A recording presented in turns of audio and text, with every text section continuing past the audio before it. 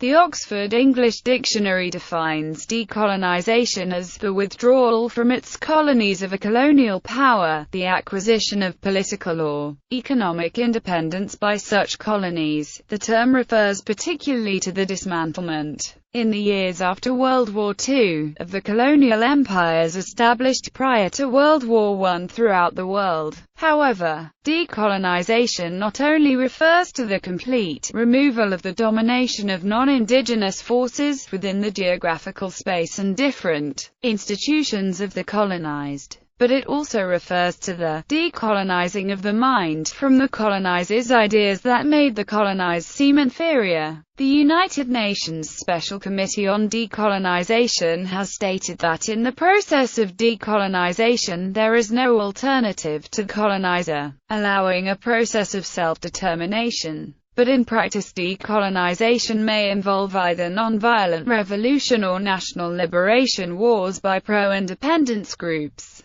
It may be intramural or involve the intervention of foreign powers acting individually or through international bodies such as the United Nations. Although examples of decolonization can be found as early as the writings of Thucydides, there have been several particularly active periods of decolonization in modern times. These include the breakup of the Spanish Empire in the 19th century, of the German, Austro-Hungarian, Ottoman, and Russian empires following World War I, of the British, French, Dutch, Japanese, Portuguese, Belgian and Italian colonial empires following World War II, and of the Soviet Union following the Cold War. As a philosophy, decolonization refers to the ability to view and discuss non-European cultures from an unbiased, non-Western perspective. Methods and stages. Decolonization is a political process frequently involving violence. In extreme circumstances, there is a war of independence, sometimes following a revolution. More often, there is a dynamic cycle where negotiations fail, minor disturbances ensue resulting in suppression by the police and military forces, escalating into more violent revolts that lead to further negotiations until independence is granted.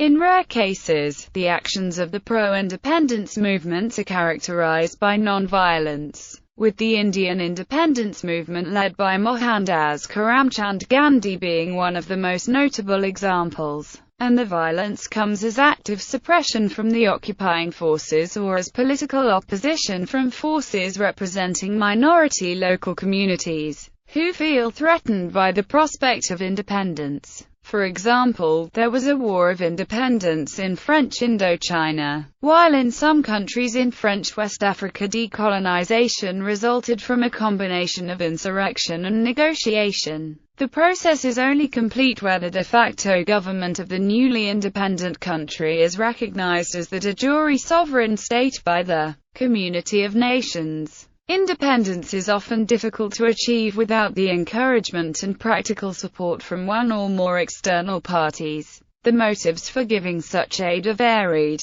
Nations of the same ethnic or religious stock may sympathize with the people of the country, or a strong nation may attempt to destabilize a colony as a tactical move to weaken a rival or enemy colonizing power or to create space for its own sphere of influence. Examples of this include British support of the Haitian Revolution against France, and the Monroe Doctrine of 1823, in which the United States warned the European powers not to interfere in the affairs of the newly independent states of the Western Hemisphere. As world opinion became more pro-independence following World War I, there was an institutionalized collective effort to advance the cause of decolonization through the League of Nations. Under Article 22 of the Covenant of the League of Nations, a number of mandates were created. The expressed intention was to prepare these countries for self-government, but are often interpreted as a mere redistribution of control over the former colonies of the defeated powers, mainly the German Empire and the Ottoman Empire. This reassignment work continued through the United Nations, with a similar system of trust territories created to adjust control over both former colonies and mandated territories. In referendums, some colonial populations have chosen to retain the colonial status, such as Gibraltar and French Guiana. There are even examples, such as the Falklands War, in which an imperial power goes to war to defend the right of a colony to continue to be a colony. Colonial powers have sometimes promoted decolonization in order to shed the financial, military and other burdens that tend to grow in those colonies where the colonial governments have become more benign. Decolonization is rarely achieved through a single historical act, but rather progresses through one or more stages of decolonization, each of which can be offered or fought for. These can include the introduction of elected representatives, degrees of autonomy or self-rule. Thus, the final phase of decolonization may in fact concern little more than handing over responsibility for foreign relations and security, and soliciting de jure recognition for the new sovereignty. But, even following the recognition of statehood, a degree of continuity can be maintained through bilateral treaties between now equal governments involving practicalities such as military training, mutual protection pacts, or even a garrison and/or military bases.